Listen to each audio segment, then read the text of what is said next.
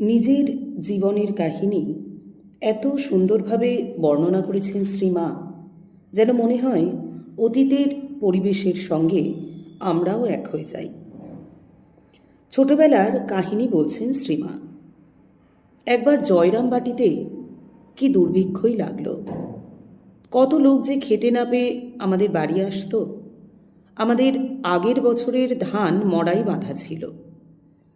বাবা সেই সব ধানে চাল করিয়ে কড়াইয়ের ডাল দিয়ে হাঁড়ি হাঁড়ি খিচুড়ি রাঁধিয়ে রাখতেন। বলতেন, বাড়ির সবাই এই খাবে আর যে আসবে তাকেও দেবে। আমার সারদার জন্যে খালি ভালো চালের দুটি ভাত করবে, সে আমার তাই খাবে। একদিন এমন হতো, এত লোক এসে পড়তো যে খিচুড়ির কুলান হতো না।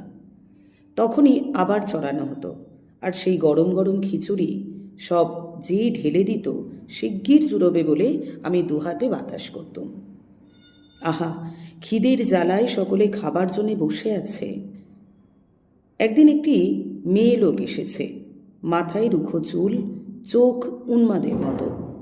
এসেই গরুর ডাবায় কুঁড়ো ভিজানো ছিল, তাই খেতে আরম্ভ করল। আমরা এত বলছি বাড়ির ভিতরে খিচুড়ি আছে, দিচ্ছি, তার ধৈর্যে বাঁধছে না। খিদের জ্বালা কি কম?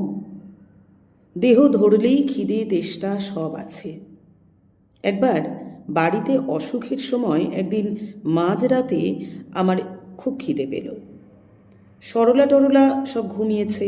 আহা, ওরা কত খেটে খুঁটে শুয়েছে, ওদের আবার ডাকবো? তাই নিজেই শুয়ে শুয়ে চারদিকে হাতড়াতে লাগলো। দেখি 4টি খুদ ভাজা একটা বাটিতে রয়েছে। আবার মাথার বালিশের পাশে 2খানা বিস্কুটও পেলুম। তখন ভারী খুশি হলুম, তাই খেয়ে জল খেলুম। জল ঘটিতে সামনেই ছিল। খিদের জ্বালায় খুদ ভাজা যে খাচ্ছি তা জ্ঞান নেই। এই অবধি বলে শ্রীমা হাসতে লাগলেন।